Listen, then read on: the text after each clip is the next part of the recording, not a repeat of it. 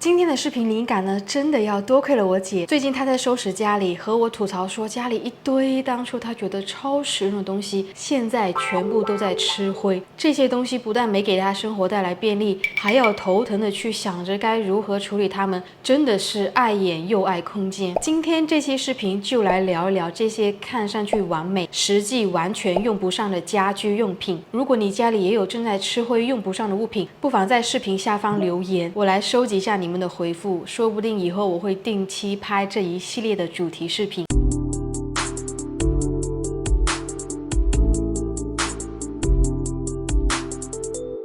第一件累赘的物品则是保鲜抽空机。当时问了我姐为什么觉得它不实用，她给的答案呢是这些机器要专门去买抽空袋子，而且尺寸很小，装肉的空间非常有限。那它还不如直接用普通的保鲜袋也能完成。所以这么一听来，这种抽空机也不是很万能嘛，它只能使用特定的抽空袋，每次需要将食物抽空，必须要先买这些抽空袋。那问题来了，这些袋子的价格它并不便宜，只能一次性用完之后还得不停的买，而且不同尺寸的袋子价格也有偏差，更别提这些袋子还很小，装不了太多食材，尤其像是大块肉类，根本没有办法一次性搞定。另外的缺点就是操作起来步骤太复杂太多了。首先你得把食材切好吧，然后放进专门用的抽空袋子里面，最后密封起来，这一套流程下来比直接用普通保鲜袋还耗时间。这种机器呢，更适合开餐厅或者需要大量备餐的人。第二件累赘的物品就是冰箱收纳盒，谁不想打开冰箱看到分门别类、整整齐齐的画面呢？但我劝你不要买，不要买！就跟我在之前一期视频里面提到的鸡蛋收纳盒一样，都是智商税。这种收纳工具呢，真的不适合大多数普通家庭。首先是不同的食材形状、大小都不一样，统一尺寸的收纳盒也装不下，你不得不去买各种不同规格的盒子，试着匹配不同食材的需求。冰箱里本来空间就有限，这些盒子后边框的设计使整体的空间占据很大。我姐就买了这种好几组的收纳盒，想放一些水果和蔬菜，结果装进去之后，原本应该宽敞的冰箱变得更加拥挤了。很多便宜的收纳盒呢，质量堪忧，密封性差，导致存放的食材容易吸收冰箱里的异味，或者是干燥失水。像是这种透明款的收纳盒，要在堆叠之后，你还得挪开上面的盒子才能拿到下面的。总的来说呢，冰箱收纳盒根本没有办法解决收纳问题，反而还增加了使用和清洁负担。第三件物品，我相信大部分人家里可能没有那么常见，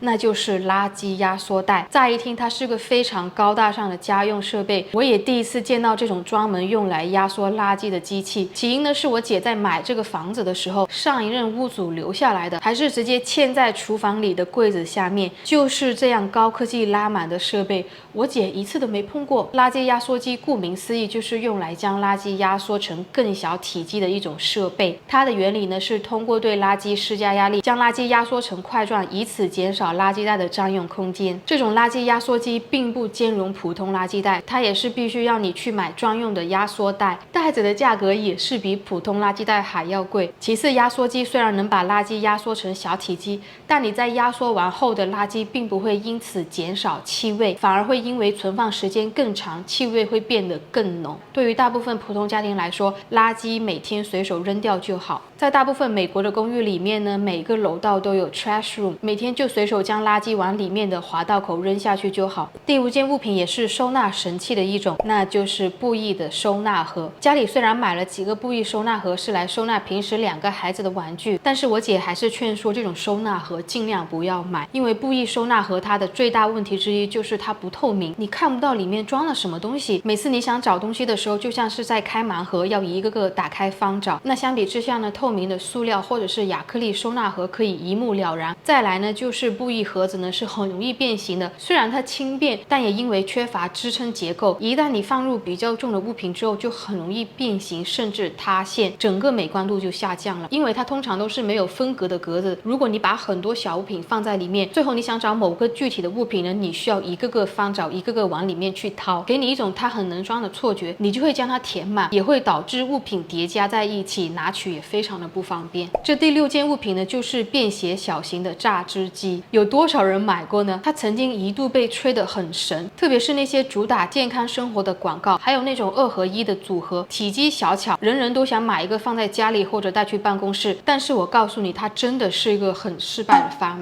它的设计初衷虽然是方便携带，但为了便携性也牺牲了容量，一次呢最多只能放几块水果，完全没有普通榨汁机一杯就能搞定的效率。它的动力呢也是我最想吐槽的一点，稍微遇到硬一点大块的水果，它动力就不足，没有办法给它搅碎，又或者是经常卡住一半。这种榨汁机的耐用性极其差，不得不让我想起几年前我就买过一个，还没用2个月，底下旋转的那一块东西无法继续使用。假如你想在家里榨果汁，买一台正儿八经的榨汁机会更有效和实用。如果你正考虑入手这种便携性的设备，建议你三思，不要让它成为你厨房里下一个闲置的物品。如果你家里有一张圆形的茶几桌子，可以考虑换掉了。当时呢，我问我姐家里还有什么是她买了后悔的东西，她就和我说这张圆形的大理石茶几，这种形状设计出来就没想的是实用的款式啊，因为它无法紧贴着墙壁摆放，而且圆形茶几的表面面积有限，东西稍微多一点就会让整个桌面变得非常拥挤，导致视觉上看起来杂乱无章。圆形茶几的边缘设计让物品摆放时稍微不注意就容易掉下去，特别上面放一些比较小的东西，就会经常不小心滑落到地面上。空间的局限性会让这些东西显得堆叠凌乱。那相比之下呢，长方形或者是正方形的茶几有更多的摆放空间，也能保持桌面的整齐感。有段时间一直借住在我姐家里，我就看到她橱柜里面有这么一套的正方形小碗，外观精致小巧。她原本呢是想用它来做摆盘，谁知正方形小碗的设计也让它成为了橱柜里闲置物品之一。首先，正方形碗的边角设计不适合喝汤，其次就是装水果或者是其他体积比较大的食物时，视觉上显得臃肿和笨重，还是用圆形或者是玻璃碗来装水果更好看。这样的正方形小碗只能装少量的果仁或者是前菜。好了，视频的结尾我想讲的最后一句话，收拾整理是为了节省你的空间和时间，而不是给你徒增很多没有必要的家务活。如果你们喜欢今天这期视频，不要忘记关注和点赞，是对我频道最大的支持。好了，那我们下周视频再见吧，